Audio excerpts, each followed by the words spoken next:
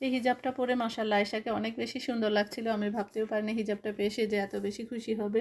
তো সে মূলত আমি আর সাউদা আমাদের দুজনের জন্য হিজাব কাট করছিলাম। এখন সে দেখে বায়না ধরেছে আমাদের সাথে এরকম হোয়াইট কালারের একটা হিজাব পরে সে ম্যাচিং করতে চায়।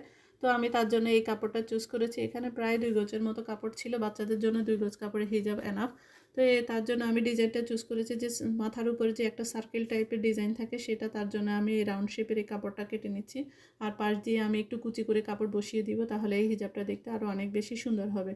সেলাই করতে গিয়ে আমার কাছে মনে হয়েছে যে সার্কেল টাইপের এই ডিজাইনটা যদি আমি আগে সেলাই করে যে কুচি দিয়ে বসিয়ে দিই, তাহলে বাকি হিজাবটা পুরোটা সেলাই করতে আমার কাছে এটা আরও অনেক বেশি ইজি হয়ে যাবে।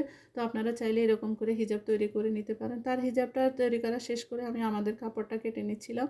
আমাদের কাপড়ে প্রায় 3 গজের মতো কাপড় ছিল। তো আমি এখানে এই কাপড়টার সাইডের যে বাড়তি অংশটা ছিল এটাকে আরেকটু নিচে লংটা বাড়ানোর জন্য এখানে শেপ করে কেটে নিয়েছি। কেটে নিয়ে এখানে আমি যে কুচির কাপড়টা ছিল সেটা আরেকটু লংয়ের জন্য এগুলো ছোট ছোট করে কেটে এখানে আরও কুচিটা করে নিয়েছি। তো হিজাবটা দেখতে আরও অনেক বেশি সুন্দর হয়েছে। আর কপালে এবং থুতনির নিচে যে কাপড়টা এটাকে যদি একটু ডাবল করে বসিয়ে দেওয়া যায়, তাহলে হিজাবটা দেখতে আরও অনেক বেশি সুন্দর দেখা যায়। আমার কাছে হোয়াইট কালারের হিজাব বরাবরই অনেক বেশি ভালো লাগে। আপনারাও চাইলে আপনাদের পছন্দ মতো ডিজাইন দিয়ে এভাবে খুব সহজে কম সময়ে এভাবে হিজাব তৈরি করে নিতে পারেন এবং পরতে পারেন। তবে নিজে সেলাই করে পরার মধ্যে আনন্দটাই আরেক রকমের হয়। তো আমি এখানে খুব সহজে হিজাবগুলো তৈরি করেছি। হিজাবগুলো তৈরি করার পরে কেমন হয়েছে প্লিজ জানাবেন। আর আয়েশা তো তার হিজাব পেয়ে সে খুব খুশি, সে পাখির মতো ডানা মেলে মেলে আমাকে ঘুরে দেখাচ্ছিল, সে অনেক খুশি।